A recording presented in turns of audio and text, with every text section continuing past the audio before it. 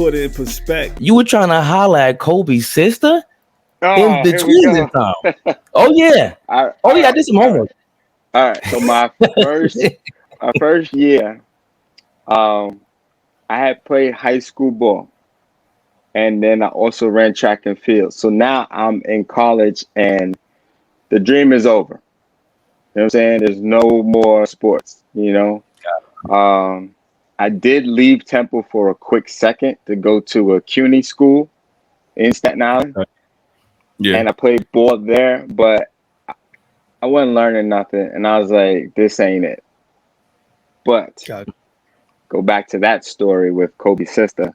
Um, I started working with the women's volleyball team, just volunteering. I was trying to get back into the swing of things, and I was like, okay, this is a foot in the door for sports.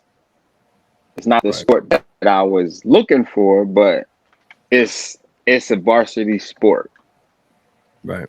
And beautiful women on that team. Man, everybody's like 5'11", 6 foot. You know what I'm saying? Now I don't want to get myself in trouble, but this is a long time ago. Yeah. So yeah, I'm intrigued. I'm like, yo, I think I could do this job, And his sister Sharia was the star player. So I wasn't necessarily like shooting my shot, but I was trying to befriend her and cozy up, like, hey, what's up? Absolutely. Want to get some pizza? And she's like, nah. She see you from a mile away, man. Yeah. And I was like, I play ball, this and that. And she's like, really? She's like, you probably couldn't beat my brother. And I was like, your brother? Like, go get your brother. And I'm just, I might have said a few things I shouldn't have. And next game, he was there. And I was like, whoa. Hold on. First of all, I didn't know you was 6'2". And I don't know why you're so upset. I was just kidding. And he was like, nah, G, like we could do this. What? And from there, I was like, all right, let's be friends. It's not even that kind of party. And from there, we were able to build a relationship because when their family was overseas and his father was playing ball, that's all they had. That's all they got. You know what I'm saying? Is each other. They had each other. So her being in college, they still traveled as a family. So her mother and father, her sister, if her sister didn't have a game, her little brother Kobe, her grandparents, everybody was there. They was deep. So meeting him changed the trajectory of my career, like without me even knowing it. Because who knew? This is before Kobe was Kobe. You know what I'm saying? Yeah. So man, that's amazing. Super thankful. Amazing. Yes. Wow. God bless. God bless, man. Real, man. Real. Yeah. Man, I know, on Twitter, I know you got the clip of you, asking Kobe the questions at forgot what game was it at the Garden when he was at the Garden against the Knicks? Yeah. Oh man, score 61. Kobe, talk about playing here, raising your game, kind of reminiscent of like another Philadelphia guard, Earl Monroe, playing in this special building. It's the building is special because it's the last one left. You have the Boston Garden, which I never played in, the Forum. And then there's this building, and this is the last one that holds all the memories and all the great players, and coming up the elevator shaft and thinking about Willis Street and thinking about Jerry West and all the great rivalries that they had in this building. That was crazy. Like, I had got to New York pretty early that day, and I went to the morning shoot around. Right. And I normally didn't go to shoot arounds. I was still pretty early in my career, and I just was like, I'm going to shoot around. It's Kobe, so I was like, I'm going. Yeah. And I talked to him, and he's just being his normal, regular, chill self.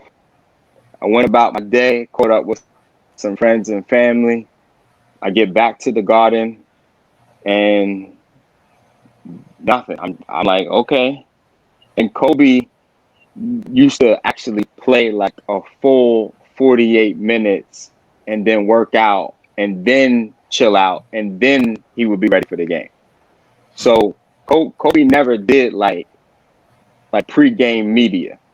He wasn't available. He was off somewhere like in the auxiliary gym, like playing a 48-minute game. Wow. Yeah. Wow. Pretty crazy. So like I didn't even look for him. I get to the game and I'm just like, okay, whatever. And then the game started and like he was just going off. And I'm like, all right. And I remember like halftime, like this dude was in the stands behind me. He's like, Kobe getting 50. And I kind of sat there like, he might get 50 tonight. And he got 61. Yeah. So that game afterwards, I had asked him like, why is Madison Square Garden so special? Now, a lot of times with Kobe, I know the answers, but I just get him on the record. So I was glad I was able to say that because the answer he gave me was like, whoa. Yeah. Okay. Yeah. It was Kobe. Like it was a great answer he gave, man. It was Kobe. Yeah. So I mean, the way you talk about him is the same way everyone talks about him. Like, and I'm always transparent. I try to be transparent. Coming from out of high school and coming to the league, it was like, for us, it was the carbon copy of Jordan. So he kind of threw us off. But ironically, that All-Star game in Philadelphia, where they booed him, that was the first time I was like, yo, no disrespect to any basketball players. Even, you know, Kobe didn't act like he cared. He was the only one who looked like he cared. You know what I mean? And so he's like the god of will to me. You know, if there was like a Greek god, that's him. The way everyone describes him. So, I mean, is that safe to say, yo, yeah, it's true. There is nothing like him. Even Jordan didn't practice like that. Yeah. So Kobe, I just wrote about this the other day. I was saying like, I never knew anybody who loved the game so much. Like he was like obsessed with basketball. Like I would be like, yo, like let's run down South Street. Let's see what's going on down South Street. Maybe we get something to eat and see some young ladies or something. And he was like, nah. And I'm like, well, what do you mean, nah? Like you're in the NBA. Like, I'm trying to be seen with you, dog. Like, let's do this. That's real. Yes. Real. And he's like, bro. He's like, you can come get this work. We can go to the gym. And I'm like, all right. Man. Yo, he's a basketball savant. Like Kobe's brain and just his obsession for the game. The way he talked about the game, the way he carried himself, he was basketball, man. And there's very few athletes in each sport that have that intellect, that savvy, just the way he carries himself is phenomenal, man. Kobe was one of a kind, man. Put it in perspective.